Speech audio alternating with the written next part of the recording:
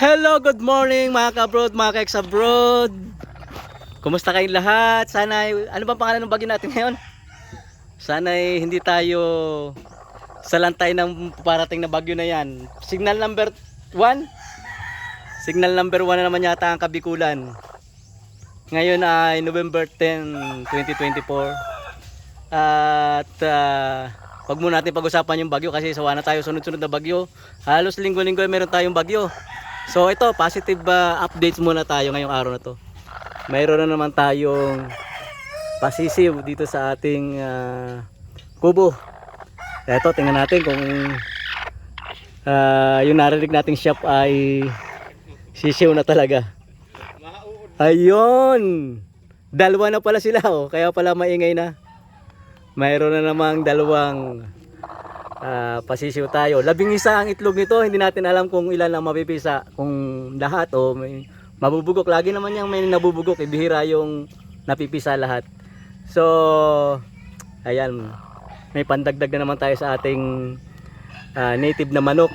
Nagpaparami talaga tayo ng manok. Paabutin natin ng 100 heads yung mga manok na yan. Kung aabot pa ng 200, mas maganda. At hindi lang yan ang magandang update natin mga ka-abroad, mga ka-ex-abroad. Mayroon pa tayo ditong isang manok pa ulit na lumilimlim. Ito, naglilimlim yung ating isang manok dito. Ayan, oh. Ayan. Ito ay mayroon ding itlog na 11 piraso. Ayan. So, talagang sunod-sunod na yan. At mayroon pa tayong isang manok na nangingitlog doon sa loob ng kubo. Doon mismo sa loob ng kwarto. Doon siya nangitlog. So, tingnan natin yung itlog doon sa kubo. Medyo, pasensya na, medyo magulo lang itong aming kubo ngayon. Hindi pa nalilinis eh. Ayan oh. Nangingitlog na naman yung isang manok. Ayan. Walang natutulog dito sa kwarto na to kaya medyo magulo. Ayun ang update natin. So puro nangingitlog, puro naglilimlim yung ating mga inahin. Ayan pa, marami pa tayong mga dumalagan na malapit ng mga itlog. So sunod-sunod na yan. Kaya naman ini-expect natin na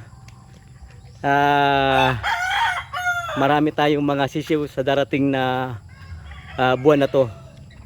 At yung ating 45 days ay medyo nangangalahati na. Salamat po sa mga umu-order. Patuloy na umu-order sa atin ng ating 45 days. At least supportahan nyo po yung mga maliliit na negosyo ng ating mga ka-ex-abroad, mga ka-abroad. At talaga pong napakahirap naman kumita sa abroad. Dito lang tayo sa ating sariling bayan. Baka dito tayo swertehin. So, yan lamang ang ating update sa araw na ito. Maraming mga positive updates. At sana ay maging positibo po tayo sa lahat ng oras. Maraming salamat and bye-bye!